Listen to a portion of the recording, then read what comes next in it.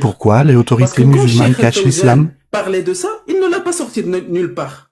Il l'a sorti vraiment des ouvrages islamiques et des cours qu'on donne dans les institutions islamiques. En fait, ils font un appel à la complexité. C'est pour ça que quand il y a des musulmans comme vous, la majorité, ils disent, bah non, moi je suis pas un savant. Bah c'est très complexe, faut poser les questions à un imam.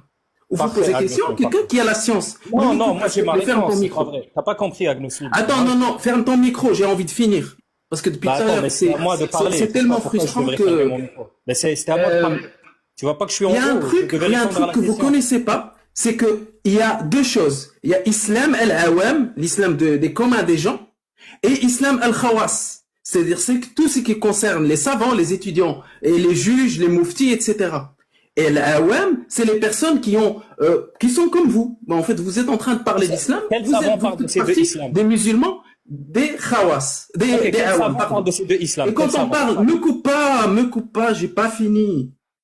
Et quand on parle de paroles de Bukhari, par exemple, il y a un hadith authentique qui dit « Parlez aux gens selon leur niveau de compréhension ». Ça, c'est le premier. Après, je vais vous citer paroles de compagnons. Ibn Mas'ud, par exemple, « Tu ne parles jamais à des gens d'une chose que leur raison ne peut pas supporter sans que cela ne devienne pour eux une fitna. » T'as ça aussi. T'as l'imam Malik, il dit quoi? Il refusait de répondre publiquement à certaines questions complexes de qada ou de fiqh spéculatif.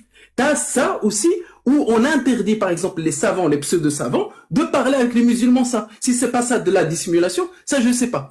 T'as aussi Chatibi qui dit quoi? Il formalise par exemple le principe de, en fait, tout peut devenir nuisible. La science peut devenir nuisible. Donc il est donné, quand elle est donnée au mauvais public, au mauvais moment et sans cadre. Ibn Taymiyyah dit quoi? Il est très clair. Ce qui est vrai en soi n'est pas toujours bon à dire à tout le monde.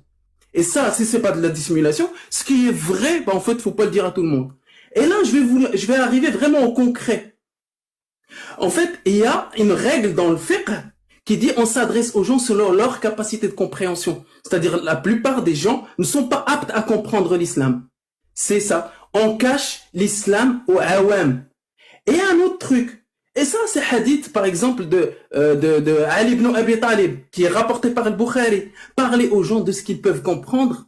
Aimeriez-vous qu'Allah et son messager soient démentis? T'as aussi le hadith d'Ibn Mas'ud. Tu ne parles pas à des gens d'une chose que leur esprit ne peut pas saisir. Et j'ai pas fini. Non, mais attends, tu vas J'arrive nous à faire celui une de cour. Cheikh Non, non, non, Al-Fawzan. j'accepte pas. C'est Là, le tu plus prends. important. C'est le Ferme ton plus micro, s'il te important. plaît.